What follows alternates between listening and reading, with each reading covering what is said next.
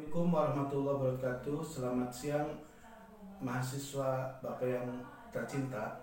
Pada siang ini Bapak akan menjelaskan tentang materi kedua tentang Hongkucu. Materinya adalah apakah Hongkucu itu sebagai agama atau sebagai suatu etika atau filsafat etika ya. Ada mahasiswa yang Bapak cintai, tentu ada udah tahu ya bahwa definisi antara agama dan etika atau filsafat itu memiliki definisi yang berbeda. Nah, artinya masing-masing memiliki definisi yang utuh. Nah, ketika definisi itu agama, etika, atau filsafat masuk mendefinisikan Konghucu, nah di sini adik-adik harus perlu mencermati apakah Konghucu itu dikatakan sebagai agama atau hanya sebuah etika atau hanya filsafat. Nah, mari kita simak penyajian Bapak ini ya. Kalau kita lihat, Konghucu ini adalah sebutan dari seorang pemikir Cina ya. Pemikir Cina dalam bidang-bidang rohani. Nah, Konghucu dikenal di negara-negara Timur Tengah, Timur Jauh seperti RRC, Hong Kong, Jepang, bahkan Asia Tenggara, Indonesia itu dikenal sebagai sebuah agama. Padahal di negeri asalnya Cina, nah itu belum dikatakan sebagai agama karena di sana negerinya adalah berbasis komunis. Sehingga ketika Konghucu sebagai produk spiritual lokal, nah kalau dikatakan agama berarti seolah-olah bertentangan dengan ideologi negaranya. Makanya Konghucu bisa dikatakan agama itu ketika Konghucu itu menyebar atau berada di daerah wilayah-wilayah di sekitar Timur Jauh, itu daerah-daerah tetangga Cina seperti Jepang, Taiwan, Hong Kong, Korea, bahkan Indonesia.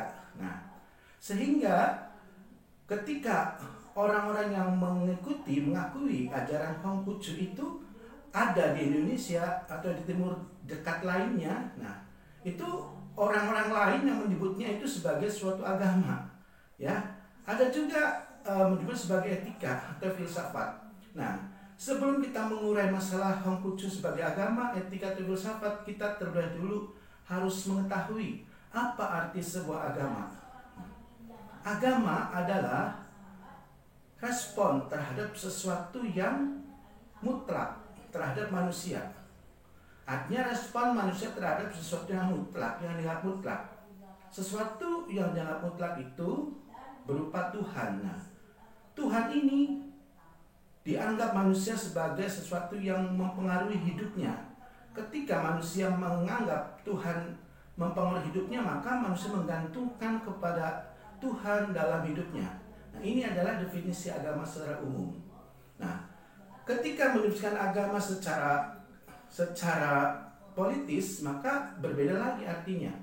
Definisi agama secara politis adalah sebuah komunitas yang dipenuhi oleh para pengikutnya, ada kitab sucinya, ada lembaga agamanya, juga ada ajaran-ajarannya. Jadi definisi agama secara keilmuan yang pertama tadi dengan yang kedua politis itu berbeda.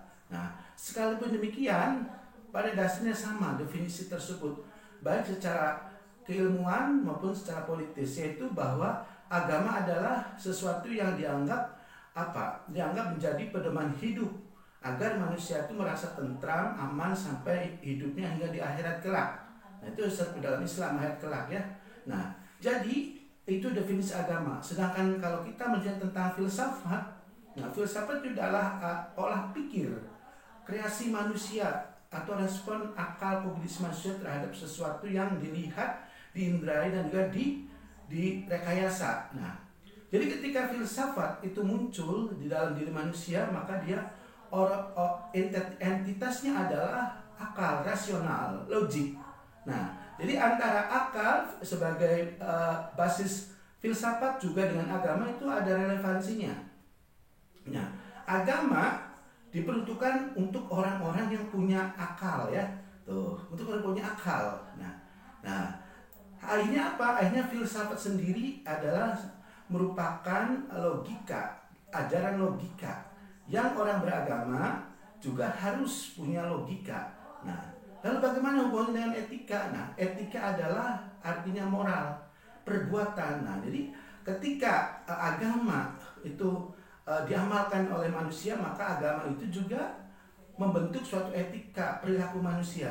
Jadi Hongkucu yang awalnya hanya sebuah ajaran moral, nah ketika para pengikutnya tersebar di seluruh wilayah di luar Cina, terutama di Asia Timur dekat seperti Jepang, Korea, Cina, RRC, Taiwan, juga Indonesia, itu dikatakan sebagai agama karena hubungan dekat sekali antara agama, filsafat, dan etika yang sama-sama basisnya adalah untuk apa? Untuk menjadikan manusia menjadi rasa aman, menjadikan manusia memiliki rasa aman dalam hidupnya.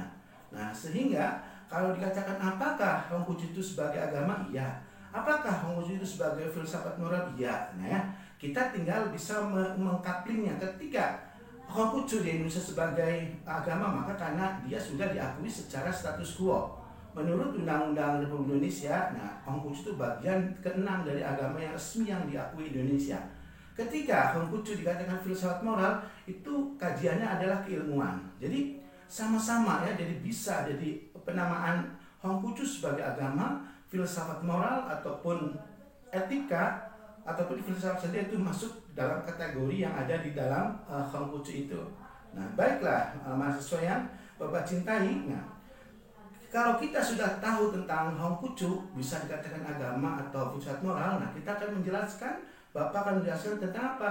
Bagaimana Hongkucu itu ya? Nah, hingga ada di Indonesia. Nah, Hongkucu itu dikenal dengan Konfusianisme, ya.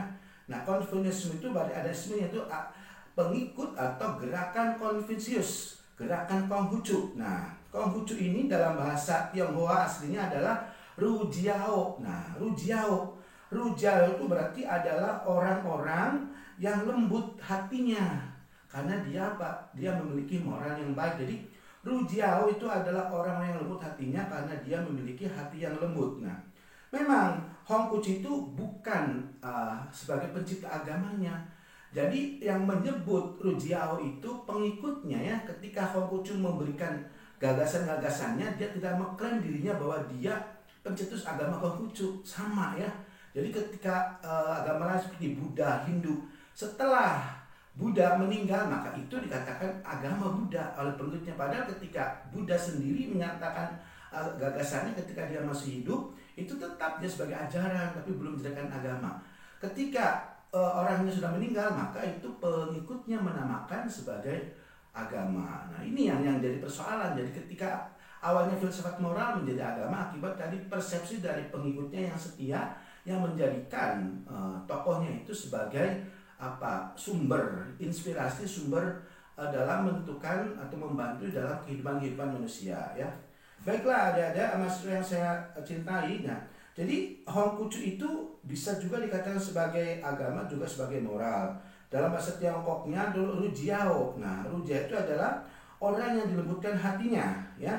Nah, dari sini bisa kita lihat bahwa Hongkucu ini kalau sudah memiliki katakan Rujiao, dia itu lahir di negeri Cina itu sekitar abad ke-5 sebelum Masehi. Nah, kalau kita runtutkan, paralelkan dengan nabi-nabi dalam Islam, jadi Nabi Musa itu Hongkucu itu hampir sama dengan tadi ya, hidupnya pasca Nabi Musa ya, nah menjelang Nabi Isa itu atau abad ke-5 sebelum Masehi.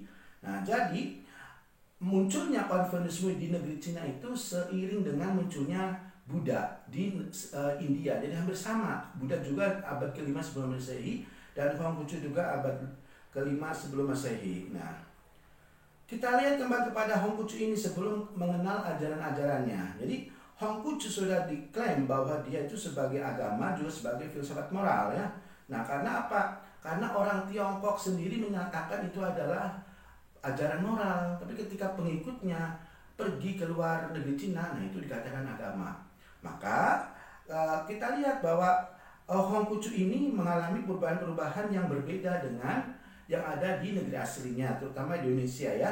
Nah, kenapa? Karena karena umatnya ini berbaur dengan peradaban-peradaban agama-agama lain ya. Nah, baiklah.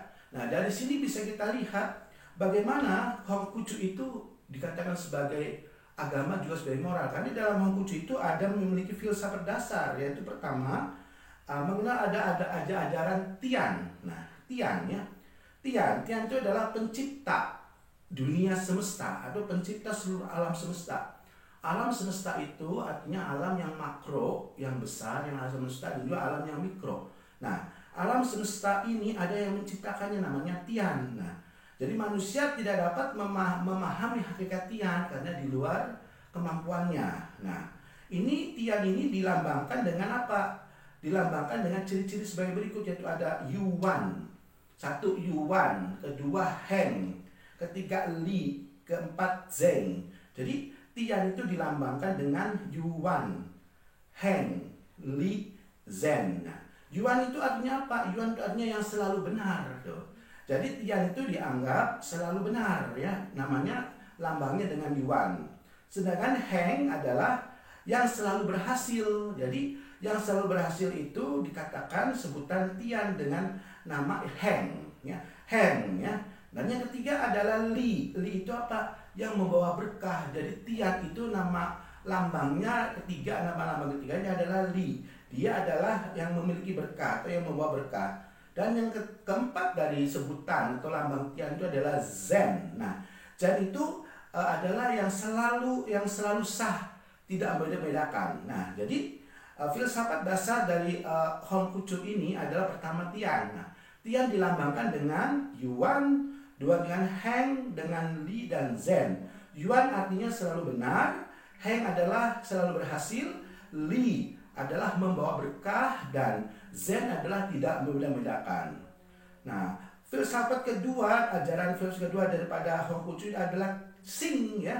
Nah, Xing itu adalah jati diri manusia. Tuh. Jati diri manusia atau kodrat. Nah, apa artinya?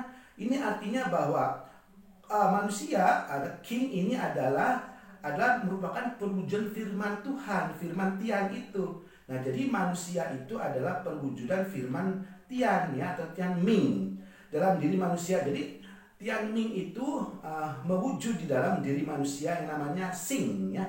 Xing itu adalah perwujudan Tian di dalam diri manusia. Nah, Xing menghubungkan apa? Tian dengan sang penciptanya, ya. Jadi Xing menghubungkan Tian dengan penciptaan. Jadi Xing itu manusia yang ada, yang merupakan tempat perwujudan di dalam diri hati Tian, di dalam diri hati manusia, sehingga Xing ini menghubungkan manusia dengan penciptanya, yaitu Tian, ya, gitu ya. Jadi manusia itu sulit mengenali Xingnya karena tertutup oleh emosinya. Jadi ketika manusia itu tidak mengenali Xingnya, nah maka manusia juga sulit untuk mengenali Tuhan karena tertutup oleh emosi amarah, durjana, lalu kebohongan, perilaku-perilaku yang tidak baik. Nah, sekalipun demikian, nah Xing yang ada di diri manusia itu sama, ya, dia tidak berbeda-beda. Nah, yaitu apa? Dia memiliki nilai kemanusiaan. Jadi yang ketiga, filsafat dasar daripada Hongkucu adalah Xing. Jadi Xing itu adalah perwujudan Tian yang ada di dalam diri manusia. Ketika manusia membuka Xingnya, maka dia itu berarti berhubungan langsung dengan Tian sang pencipta, tuh ya.